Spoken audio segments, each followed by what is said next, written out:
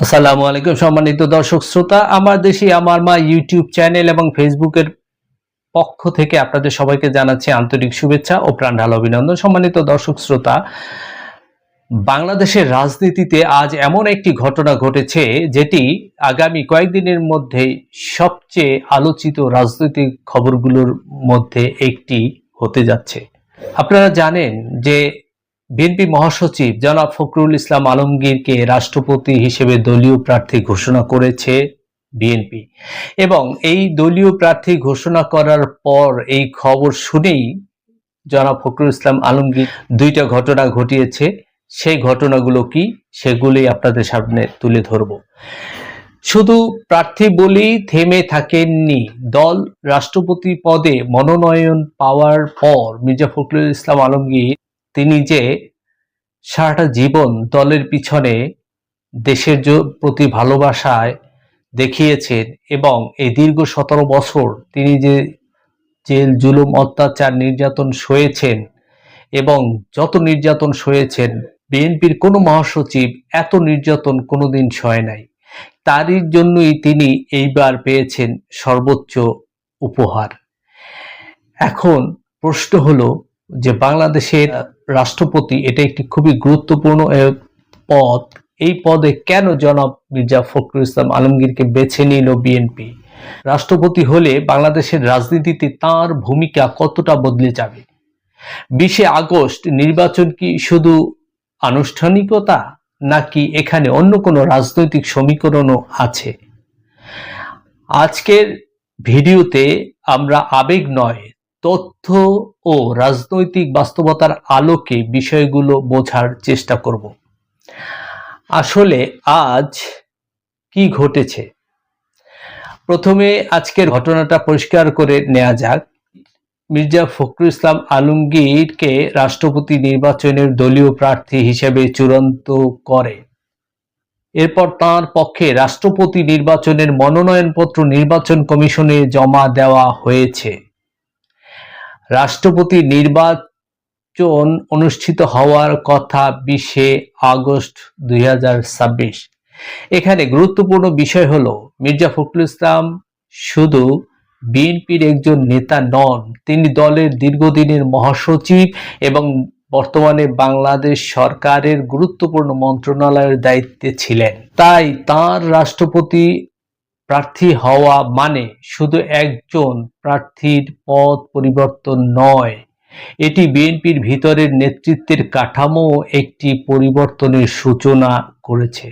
কারণ একজন ব্যক্তি একই সঙ্গে রাষ্ট্রপতি পদে গেলে দলের মহাসচিবের দায়িত্বে আর থাকতে পারবে না। ফলে এখন স্বাভাবিকভাবেই প্রশ্ন উঠেছে, বিএনপির পরবর্তী মহাসচিব কে হবেন? এই প্রশ্নটিও এখন রাজনৈতিক অঙ্গনে আলোচনার ঝড় তুলেছে। কেন মির্জা ফখরুল? এখন আসি সবচেয়ে গুরুত্বপূর্ণ প্রশ্নে, বিএনপি কেন মির্জা ফখরুলকেই বেছে নিল? এখানে কয়েকটি বিষয় বিবেচনা করা যায়। প্রথমত, তিনি বিএনপির দীর্ঘদিনের শীর্ষ নেতা এবং দলের মহাসচিব হিসেবে দীর্ঘ সময়ের ধরে দায়িত্ব পালন করেছেন। দ্বিতীয়ত, জাতীয় রাজনীতিতে তার দীর্ঘ অভিজ্ঞতা রয়েছে। তৃতীয়ত, রাষ্ট্রপতি পদটি দলীয় রাজনীতির দৈনন্দিন নেতৃত্বের পদ নয়, ফলে একজন অভিজ্ঞ ও পরিচিত রাজনৈতিক ব্যক্তিকে রাষ্ট্রপতি পদে বসানোর রাজনৈতিক তাৎপর্য আলাদা। তবে মনে রাখতে হবে, রাষ্ট্রপতি প্রার্থী ঘোষণা হওয়া মানেই নির্বাচিত হয়ে যাওয়া নয়। এখনো সাংবিধানিক ও নির্বাচনী প্রক্রিয়ায় নির্দিষ্ট ধাপ রয়েছে। তবে একদিকে ধরে নেওয়াই যায় যে 99.99% তিনি ইতিমধ্যে রাষ্ট্রপতি হয়ে গেছেন। তাই মির্জা ফখরুল ইসলাম আলমগীর রাষ্ট্রপতি হয়ে গেছেন। সঠিক ভাষা হলো, বিএনপি তাকে রাষ্ট্রপতি পদে দলীয় প্রার্থী করেছে এবং তিনি নির্বাচিত হওয়ার শক্ত অবস্থানে রয়েছেন। 20 আগস্টের নির্বাচন কেন গুরুত্বপূর্ণ? এখন আসি 20 আগস্ট। বাংলাদেশের রাষ্ট্রপতি সাধারণ জনগণের সরাসরি ভোটে নির্বাচিত হন না। রাষ্ট্রপতি নির্বাচন হয় সংসদ সদস্যদের ভোটে। এর কারণে সংসদে কোন দলের কতটি আসন রয়েছে সেটি অত্যন্ত গুরুত্বপূর্ণ। বর্তমান রাজনৈতিক বাস্তবতায় বিএনপি ও তার মিত্রদের সংসদীয় অবস্থান মির্জা ফখরুলের প্রার্থীকে শক্তিশালী করেছে বলে বিভিন্ন প্রতিবেদনে বিশ্লেষণ করা হয়েছে।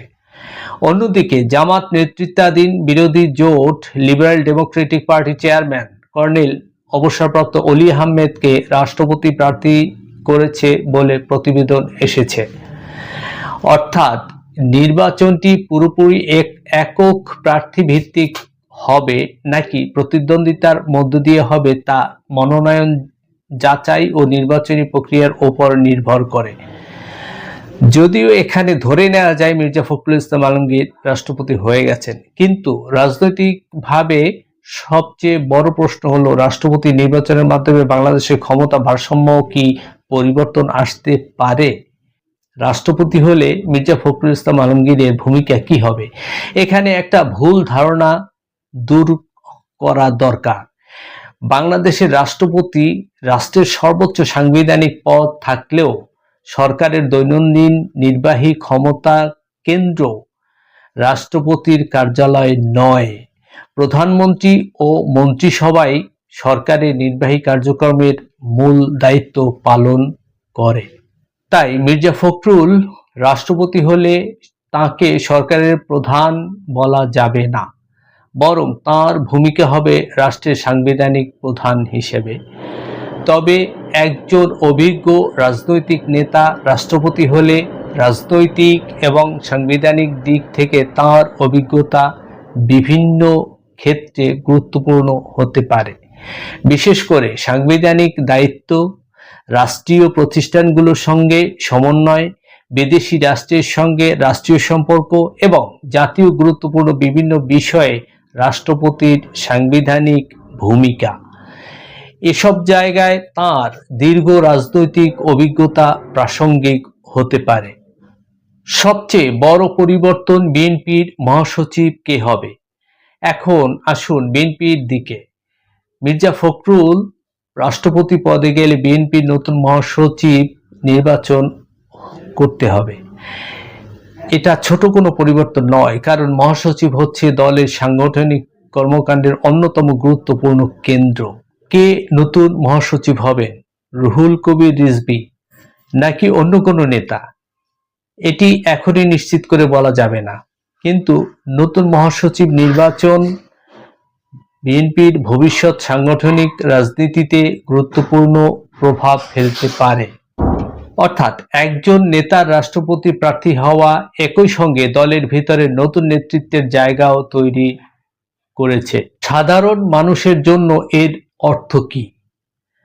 এখন সবচেয়ে গুরুত্বপূর্ণ প্রশ্ন, একজন সাধারণ মানুষের কি লাভ?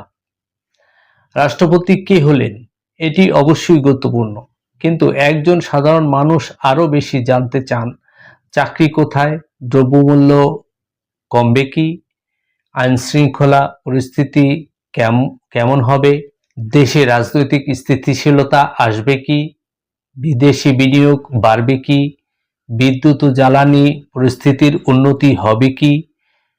কারণ আজকের বাংলাদেশের রাজনৈতিক পরিবর্তনের পাশাপাশি অর্থনৈতিক এবং জনজীবনের বিষয় অত্যন্ত গুরুত্বপূর্ণ।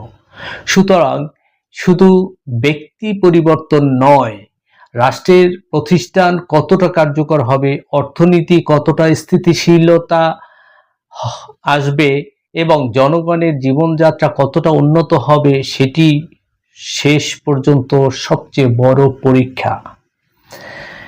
সামনে কি হতে পারে? আগামী কয়েকদিনে তিনটি বিষয় বিশেষভাবে নজর রাখুন। প্রথমত 20 আগস্ট রাষ্ট্রপতি নির্বাচন, দ্বিতীয়ত মির্জা ফখরুলের জায়গায় বিএনপির নতুন মহাসচিব কে হবেন, তৃতীয়ত নতুন রাষ্ট্রপতি ও সরকারের মধ্যে সাংবিধানিক ও রাজনৈতিক সম্পর্ক কিভাবে গড়ে ওঠে। আরেকটি বিষয়েও গুরুত্বপূর্ণ, বাংলাদেশ এখন রাজনৈতিক পরিবর্তনের একটি গুরুত্বপূর্ণ সময়ের মধ্যে দিয়ে যাচ্ছে। এই সময় শুধু দলীয় রাজনীতি নয়, রাষ্ট্রীয় প্রতিষ্ঠান, অর্থনীতি, আইন শৃঙ্খলা এবং জনগণের প্রত্যাশা সবকিছুর উপরই নতুন সরকারের দায়িত্ব রয়েছে। তাহলে আজকের প্রশ্নটা আপনাদের কাছে রেখে যাই, মির্জা ফখরুল ইসলাম আলমগীর রাষ্ট্রপতি হলে বাংলাদেশের জন্য কি ইতিবাচক কোনো পরিবর্তনের সূচনা হবে? আপনাদের কাছে কি মনে হয়? নাকি রাষ্ট্রপতি নির্বাচনের পাশাপাশি বিএনপির নতুন মহাসচিব নির্বাচনই আগামী দিনের রাজনীতির আরো একটি বড় ঘটনা হয়ে উঠবে? আপনার মতামত অবশ্যই কমেন্টে লিখবেন, জানাবেন। তবে অনুরোধ থাকবে, রাজনৈতিক মত আলাদা হতে পারে, কিন্তু তথ্য যাচাই করে মতামত দিন। ভিডিওটি ভালো লাগলে লাইক দিন, আপনার মতামত কমেন্ট করুন এবং যারা বাংলাদেশের রাজনীতি নিয়ে জানতে চান তাদের সঙ্গে ভিডিওটি শেয়ার করুন। আমি চেষ্টা করব প্রতিটি গুরুত্বপূর্ণ রাজনৈতিক ঘটনা তথ্যভিত্তিক বিশ্লেষণ আপনাদের সামনে তুলে ধরতে। আপনাদেরকে অনুরোধ জানাবো, আমার দেশে আমার মা এই ইউটিউব চ্যানেলটাকে আপনারা সবাই বেল সহ সাবস্ক্রাইব করে আমার পাশে থাকবেন এবং আমার দেশে আমার মা এই যে আমার ফেসবুক পেজটি আছে সেটাকে আপনারা ফলো করে আমার সাথে থাকবেন। ধন্যবাদ সবাইকে। আসসালামু আলাইকুম ওয়া রাহমাতুল্লাহি ওয়া বারাকাতুহু।